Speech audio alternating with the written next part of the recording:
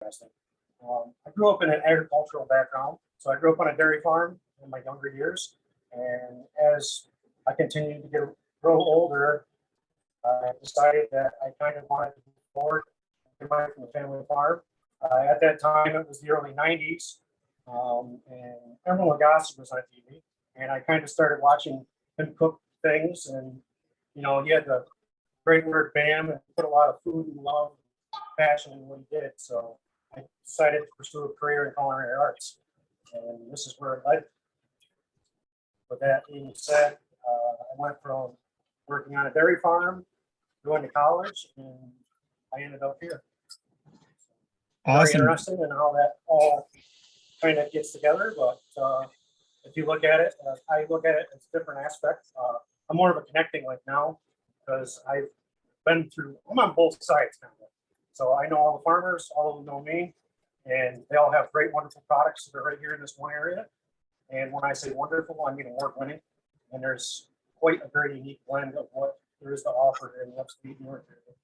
So I'm going to give you a brief tour of what we have available today. Some of you may and may not know that I compete in several mac and cheese bowls throughout the year, sponsored by Northeast Regional Food Bank, which services all of upstate New York, all the way up to Plattsburgh, New York. Today, what we're going to do is we're going to make a maple bacon mac and cheese. I'm going to go through all the ingredients that we have here today. So about 90% of the ingredients that we have on the table are made in New York and New England. Today, we have King's Dairy heavy cream. We have King's Dairy whole milk. I have unsalted Cabot butter. There's a reason why we selected this. I'll get into that later. I selected the Legacy Collection from Cabot. There is a white oak cheddar, a farmhouse preserve, a New York vintage, and an Alpine Legacy. So these four cheeses have a very unique flavor, and combined together, it's mind-blowing. And to add to that, I have the famous extra sharp cheddar cheese. This is traditionally, we buy it in a 10-pound brick. You can probably buy it in the grocery store in a 2-pound block. This is the restaurant size. And I also have an infused maple syrup from Salem, New York. This is my next door neighbors from Wild Hill Maple. And we have Campanelli pasta. Some pastas that you select when you make your mac and cheese are very important. I chose Campanelli because if you look at it when you're going to open it, and this cooks and uncurls. Now all those curls in that shell will hold the sauce. So when you're going to make a mac and cheese, you want to make sure your mac and cheese isn't dry. So that one particular pasta holds the sauce very well, and it cooks very well. So that's why I selected Campanelli. You kind of want to stay away from flat pastas like spaghetti, linguinis, if you're going to make mac and cheese. There's also, you can have fresh mac and cheese or fresh pasta, or you can use dry. Obviously, there's huge advantages of fresh. I select dry because I can control it a little bit better. With fresh pasta, you can season it however you want, but the life expectancy of it is not as long. It probably would only stay fresh for about 2 days at max. And the easiest way to keep that fresh is after you make it, you want to freeze it. So the dry pasta, you can store it on the shelves for multiple months. So you went over a whole lot of products, and thinking of a dish, and creating a dish. What is the process of just going through these products? Do you just go to the store, grab a bunch of stuff, and try things out? Do you taste test? How do you come to identify products that you would like to use and cook with? So there's multiple ways to do that. Number one, when it comes to like developing a dish or something along those lines, I have a tendency to look at a lot of pictures. I have a lot of professional magazines that get mailed to me, and the ideas and the concepts that you come across personally help me develop what I want to do. But at that same time, there's also other professional things that we do, like go to food shows and we see what's new with trends. So there's a lot of new things that come in, and you kind of got to get exposed with what's available and what's around, and go from there. Before everything's all said and done with that, though, you have to, obviously, you got to try it, you got to taste it, you got to put your thoughts into it, you got to write them all down. So it just doesn't happen overnight. And when that's all done, you got to cost it out and figure what you're going to get for it. So there's a lot of things that professionally go through with making a dish and making it succeed. So this is definitely a business, so you have to consider that profit as well. I know you just mentioned that. Talking about developing profit, can you tell us a little bit about the restaurant you work at? So I work in a 4-star restaurant here in Saratoga. It was purchased, I believe, in 1997. It actually used to be an old dairy barn, ironically. So the owner did major renovations to the kitchen and developed a brand new hotel on it. Actually, it's behind me. You can't see it, but it's a 50-star hotel, or 50-room hotel. And it's a well-known restaurant here in Saratoga. It's one of the top ones, I would say. Saratoga is known for its horses. Racing season is July through August. So that particular time of that year, we're extremely busy. Throughout the rest of the year, we do massive amounts of caterings, weddings, off-premise weddings, you name it. It's got it. So if you're looking for a high volume, high business, and a lot of like things to do, that's what you're getting into. So I noticed you mentioned that there is some seasonality to your business. Are there different flavor profiles that you might consider throughout the year? Yes. So traditionally, obviously, let's use vegetables as an example. So our menu, we like to switch around 4 times a year. Certain produce isn't available throughout the year, or if it is, you're going to pay extreme amount of money for it. So as the seasons continue to change, we like to bring in new product that is actually in that season and utilize that to its max potential versus buying stuff that's out of season and spending, you want to protect what you have. So we like to use what's in season and what's in trend. And how would I consider different flavor profiles? What are things that you do to think of the different spices and possibly different cheeses you might use for macaroni and cheese? So personally, myself, I'm kind of biased because I grew up on a farm that produces milk for Agrimark. So I've always went to Cabot cheddar cheese just because I know it's the world's best cheddar. So if you're going to start with something that's really awesome, why not start with the best? And Cabot is known for the creaminess of their cheddar cheeses. They're also known for the flavor profiles that they have. So ultimately, you got to taste everything that you have and then kind of build a palate and go from there and develop what you're looking for. So if I wanted to develop maybe an Asian based or a Mediterranean based, how would I go about maybe researching those flavor profiles?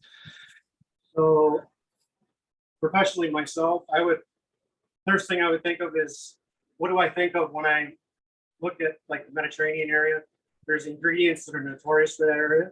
And I would look at like a major profile of, are those ingredients in that style of what you're looking at? Then how do you extract them into the dish that you're going to put them into? So as we're getting started, we'd love to see how you put together your famous macaroni and cheese dish.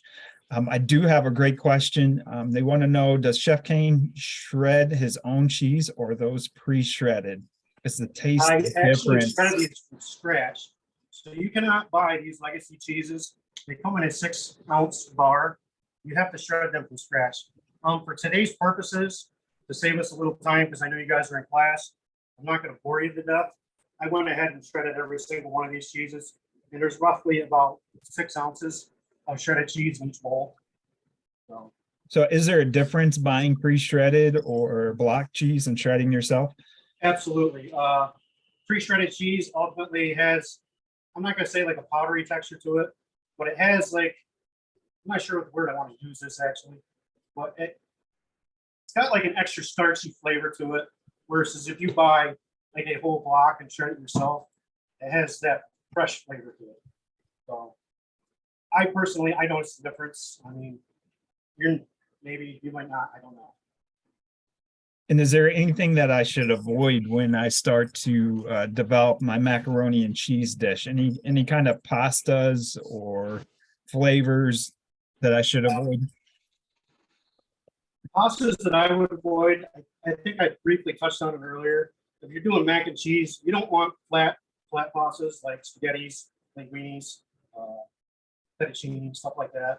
You kind of want like pastas that, like elbows, campanellis, rotinis. You want stuff that kind of holds the sauce in very well. And for me personally, that's the route I've always gone.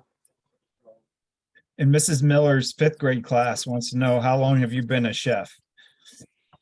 That's a very good question. So I graduated high school in 2001, and I actually went to BOCES in Hudson Falls for a year. And then I went to college for 4 years in Paul Smith's. So there's 4 years of experience I had there. On top of that, I went down to Naples, Florida for a year and got an externship experience. And then I've been here for 17 and a half years. So it's been a long time. That's awesome. And it sounds like an amazing journey. And can you share with us and start your dish and share with us the journey of how you cook this famous award-winning macaroni and cheese recipe? So I briefly touched on it before. We're going to use all New York ingredients. So King's Dairy is located here in Schuyler, New York, which is next door to Saratoga. So we're going to start with heavy cream and whole milk. I'm also going to use a little bit of chicken stock. We're going to put that in there. We're going to heat that up. At the same time, I'm going to pour so the dish I'm going to make is going to feed roughly about 6 people. I say roughly because obviously it depends on how much everybody's going to eat. So we're going to start with 3 cups of whole milk.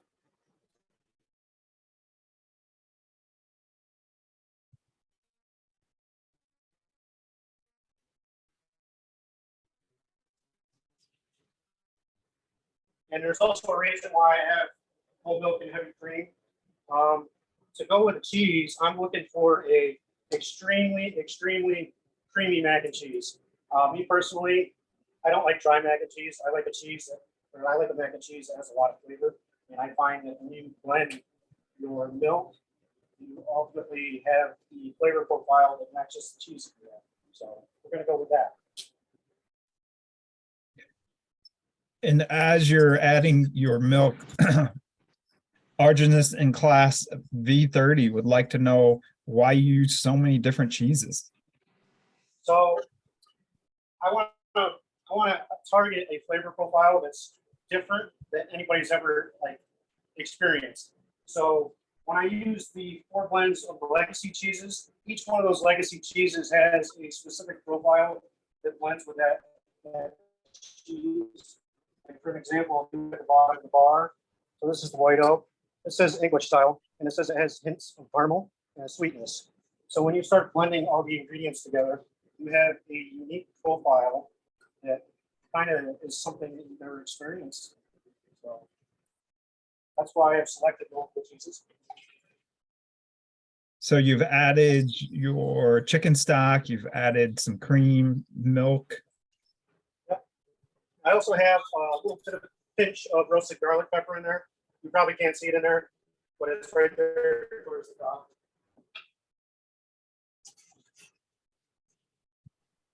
Right next to that, I actually have water boiling for our pasta.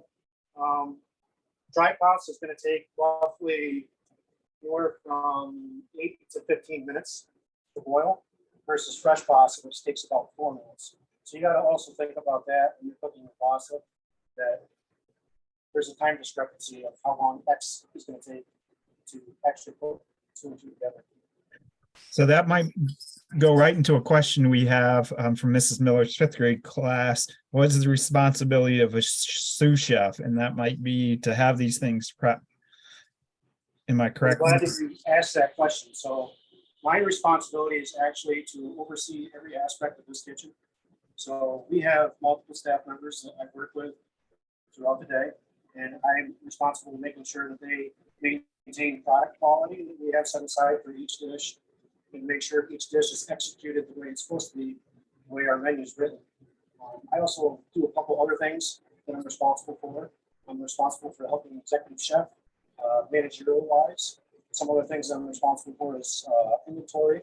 So I take care of all the inventory that's here in the house. I also order all the product that's here in the house. So I mean, there's a lot of responsibility that is on the shoulders of myself and the executive chef, and that's just the scratch. I mean, I can go into depth, like great detail, but that's just kind of the outskirts of what I have to do every day.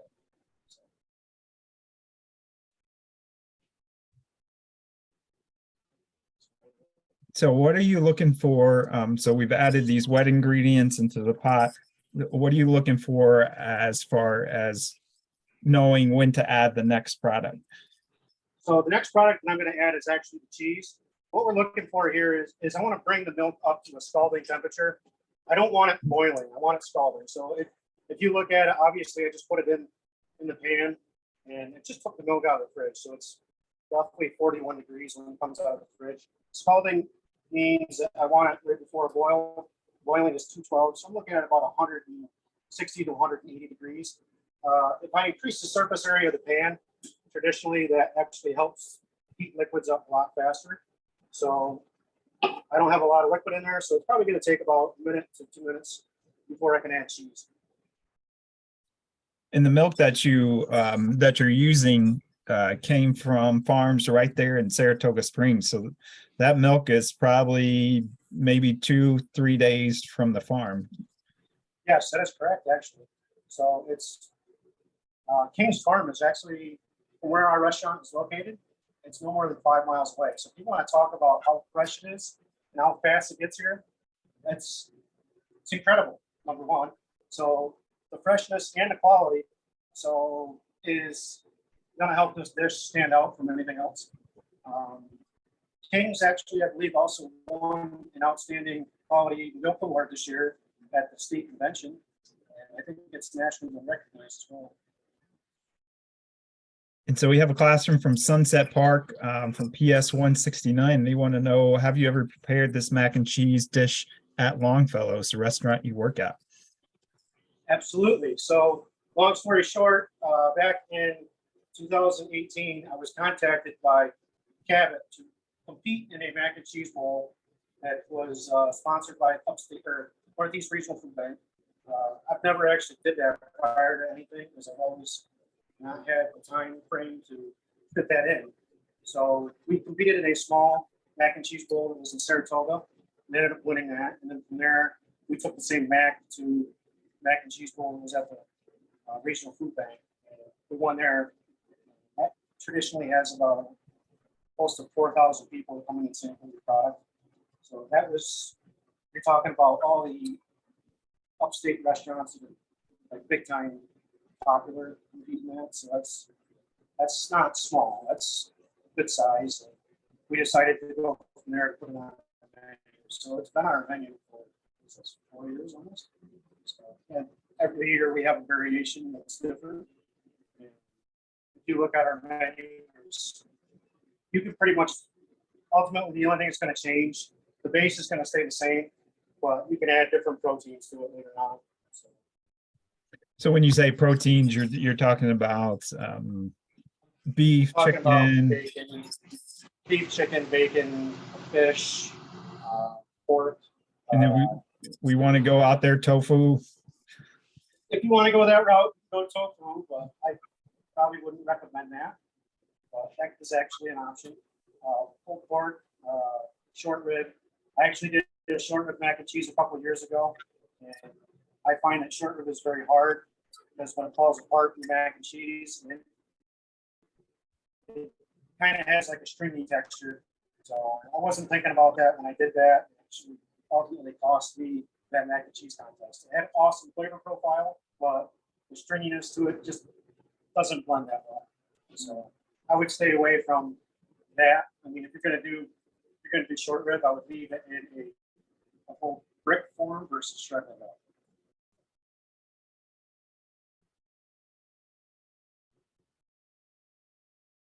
And then we have a class that wants to know, how do you know how much cheese you should use? How do you measure the cheese?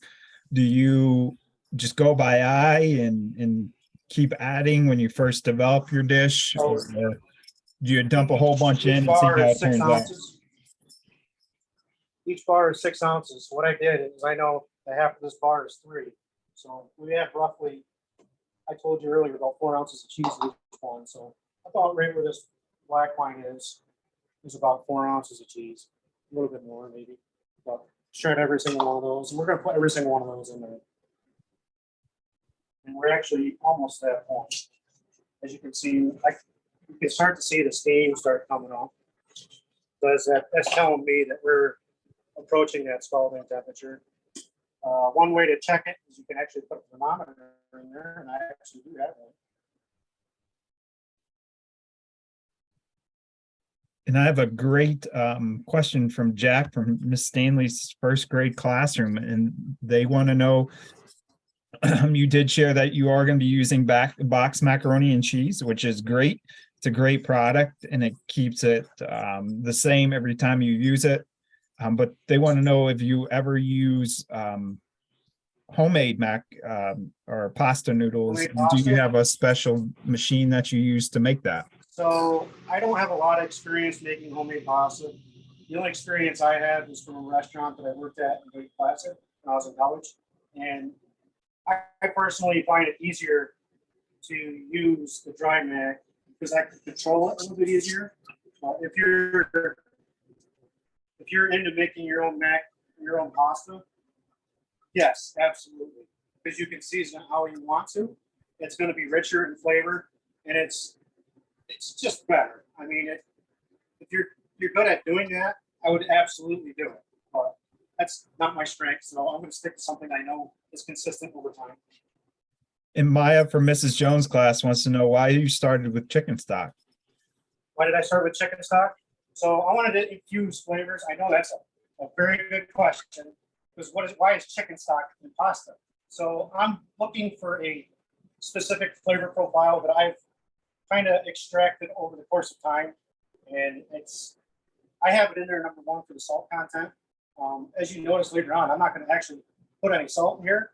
This is the amount of salt that's in this cheese, and the amount of salt that's in that chicken stock is absolutely, it's on the borderline of going too far.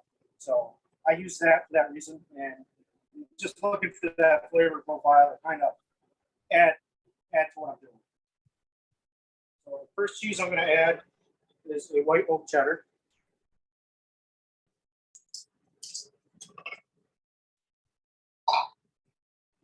Second cheese is a farmhouse reserve.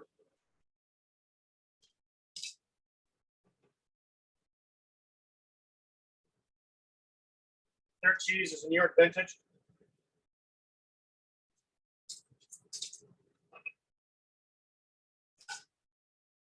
And the fourth cheese is extra sharp cheddar.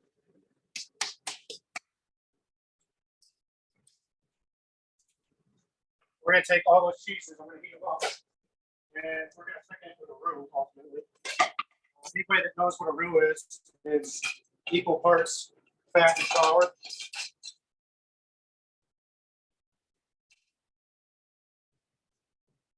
I'm going to put about 4 ounces of butter in here. This is unsalted butter.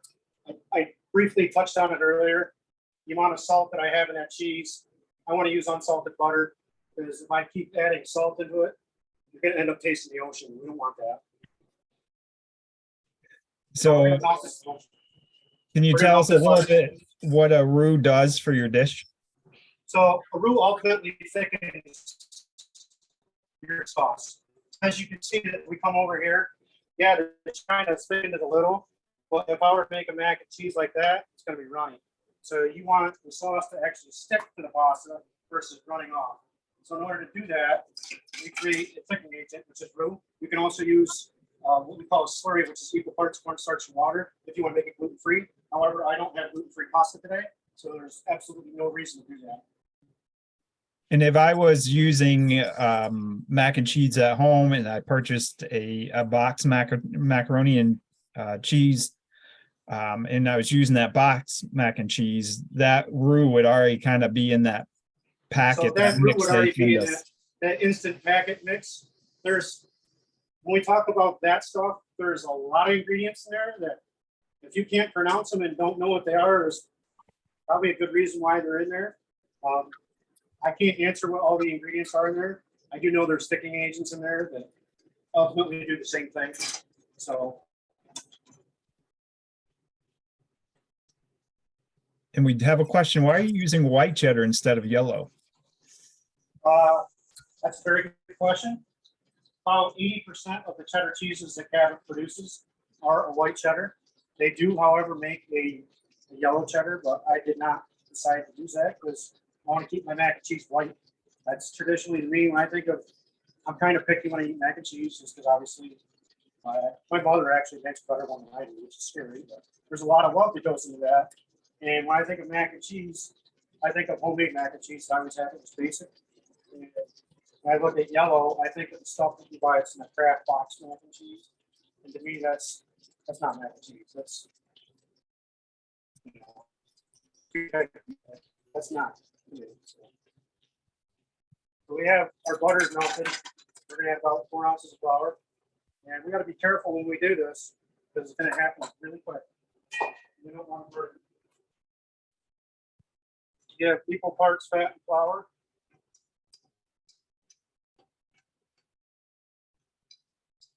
Now, when you preheat the butter and you're heating up this flour, we're thinking that you're going to add this to your cheese sauce. Does that help to keep the lumps out of your sauce or just thicken it? When I go to add it, we're gonna stir it in really hard. There might be by the time I'm done to make sure it's not.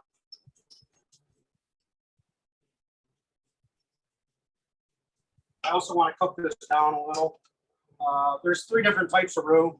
There's a white roux, a brown roux. I'm sorry, a white roux, a pale roux, and a brown roux. This is a white roux. Obviously, white means it's not really cooked down. You have the most amount of gluten from the flour. Pale, you kind of cook it down a little, and then brown, you're ultimately cooking it down when there's next to nothing left. You would use that in like a red sauce or something like along those lines. If you want to thicken, like a vodka sauce or something along those lines. You can hide it in. So I have white mac and cheese. I want to stick with a whitish pale roux. And so we have a mac and cheese contest running right now through November. And I know in classrooms, it might not have the time to develop all the sauce and different things in the classroom. Are there other things that I could do? Maybe I take a box of mac and cheese and use that sauce to spice that sauce up a little bit, or things I can add to make it a unique recipe? Absolutely. Like I said, Kraft macaroni and cheese does make a very good one. Cabot actually makes a nice mac and cheese. They have, I believe, 3 different flavors, and it just came out within the last year. They have the white cheddar and pepper jack that are, if I'm going to recommend one of the 2, I would stick with one of those 2. And you can put your own twist on it as well. That's very similar to what Kraft has. Flavor profile, not even close. Cabot will blow that out of water. We're going to add the roux in here. At the same time, I'm also going to heat up another 4 ounces of butter. And this is going to be for a crumb dog. So we're going to stir this in. And as I do that, see there's some lumps in here. And we're going to get a little aggressive with it and just beat them down. So can you describe the smells right now? What are you smelling in the kitchen? That's a good question. How do I describe the smell? I smell like the garlic. I smell the cheese. I smell the infusion of all 4 cheeses. combining into one. But for me to explain that to you is, I wish you were here to actually try it. It's an incredible smell. I mean, I don't know how much more I can describe this. So I have Creaminess of it. Sorry. Melody Fava wanted to know why you added the roux last. So if I add the roux first, you can actually do that if you wanted to. You can actually put everything in one pan and do it that way. I find that I can add the roux last. I can control the thickness of it a little bit easier. As you can see, it's ready to rock and roll. So now maybe if I added too much So roux, I add the roux. could I add milk or cream If or you add too anything? much roux, you're going to get a sauce that's way too thick. You can add cream to it and thin it out, yes. At the same time, we're doing a maple bacon mac today. So it's an infused maple. And we're going to roast this bacon on. I'm going to put it in the oven. This is leftover. I rendered it down yesterday. So what's going to happen is I put maple on here, and I'm going to extract flavors from the maple, and I'm going to infuse this bacon. It's going to caramelize slightly. That's going to take roughly about 7 to 8 minutes in there. In this dish, we're melting butter. I'm going to use that to make a breaded topping. And this is all actually going to go together fairly quickly. So next thing we have to do is cook off our pasta. Like I said, this is going to maybe 8 minutes. When we cook this, one thing that we need to look for is how you determine when it's done. If anybody is taking like French class or knows French, we use the word al dente. Al dente means to the tooth. Al dente, when you bite al dente in pasta, traditionally, if you bite in a elbow pasta, you can see a little white ring in it. Ultimately, you want just a little itty bitty bite. And I want to keep it a little bit under. I don't want to go over, because at the same time, we're going to bake this in the oven. So I want to go, there's a happy medium that you want to maintain. So I don't want to overcook it. I don't want to undercook it. I want to put it in that happy medium.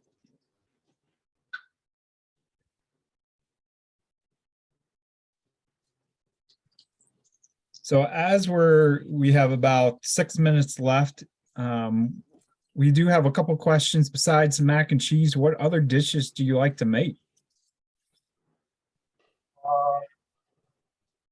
I'm big into a lot of, I like to use a lot of comfort style foods. Comfort, I mean, stuff that you grew up with when you were little. So you might have had, let's say you might have had bolognese, or you might have had something along those lines, and you felt really comfortable with it. And you like eating it a lot. So I like sticking to stuff that I made as a younger kid, or I got exposed to as a younger kid. And I like to take it to the next level. And you mentioned cooking off the bacon and rendering it, which is a little crispy, and it looks like you're making a topping to go on the mac and cheese.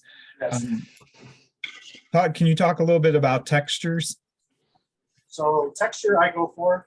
I have the creaminess. There's going to be there, and then it's going to be like a little.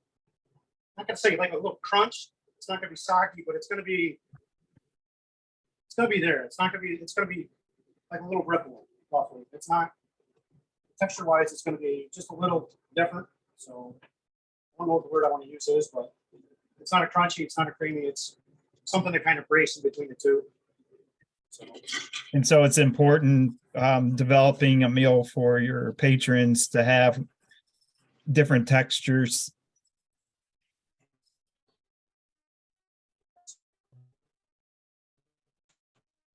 So we can see this is actually cooking a little bit quicker than normal. What we're going to do is ultimately we're going to take this pasta, we're going to toss it in this pan. I'm going to add sauce to it. I'm also going to add the bacon that we have in the oven to this sauce. We're going to toss it. We're going to put it in a cast iron. And after the cast iron is there, we're going to take the breadcrumb topping that I just made. So this is Parmesan cheese. I actually have some of the Alpine cheese in there, a little salt, a little pepper, and we're gonna roast that off. And when we do that, I'm gonna look for a nice golden color. So that's what we're gonna aim for when we start assembling this. Like I said, this is gonna happen fast. So I think you're just quick rundown on how fast. And so that cast iron will probably give us crispy bits kind of on the edge. The cast iron will give us crispy bits on the edge. You'll have, yes, you definitely have edges and corners that are crispy. And you're gonna see it. I actually prepared one early because I know we're kind of under a time frame that it's gonna be on the outside, it's gonna have a nice little grain. And I have a great question from Miss Reader's class. Her 7th grade technology students want to know, are these dishes expensive to make, thinking of a classroom budget? So if you break everything down cost-wise, I probably would have maybe $2.20 worth of product in a portion, roughly in that area, depending on what you want to put into it. This one's going to have a little bit more because I have bacon and I have 5 they say you can buy a box of pasta for 99 cents. You can probably buy, like I said, you don't need a whole gallon. So price wise, you're about in that $1.90, $2 range per portion. And Rose from Miss Stanley's class wants to know, can you use other cheeses in your cheese mix? Absolutely. Good cheeses to use are Goudas. I mean, if you're looking for weird flavor profiles, Gouda has like a little smoky flavor to it, and that's absolutely different from what I'm going for right here. So you can use mozzarellas. You can kind of stay with like the soft cheeses. You don't want to go hard cheeses. Hard cheeses have a tendency to take longer to make and cook, and they also have a sharper flavor.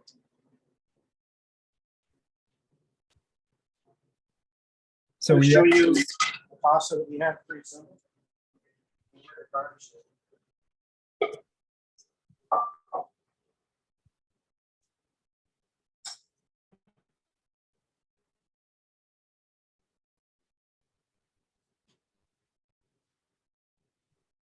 So as we have about a minute left, and we think about the culinary arts, are there things that I need to think about when I'm plating a dish?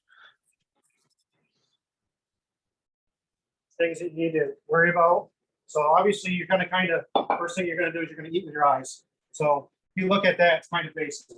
So how do I take this dish and kind of kick it up? I'm going to add some of that bacon that we had.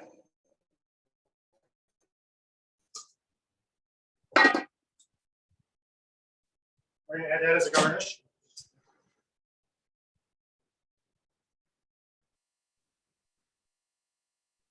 And then I put scallions. I'm going to put a little scallions on there. And I made like a sauce. So as you can see, that basic pasta doesn't look basic anymore. We're just going to garnish it like that. I also have a different style plate. Well, that looks delicious. Thank you so much for your time today, Chef Jilek. We really appreciate it. If you're ever in the Saratoga Springs area, you want to take a vacation, please stop by and say hello to Chef Jilek. I'm sure he'd love to meet some of y'all who have gotten a chance to see him today cook in his restaurant. I do want to share one last opportunity that we have going on through the month of May. We do have a mac and cheese cook-off challenge. So if you're in a classroom and you would like to participate, you can go to our website and find our mac and cheese challenge underneath our programs. And this is a contest that is running through November. We do have 4 divisions, primary through pre-K, intermediate, middle, and high school. So if you're an early elementary teacher, you will be working or competing against classrooms just like your own. And we do have award prizes for your classroom, which includes some money for the classroom as well as a cheese making kit. So we want to thank you once again. Thank you so much, Chef Jilek, and thank you for your time. And everybody out there, have a wonderful day.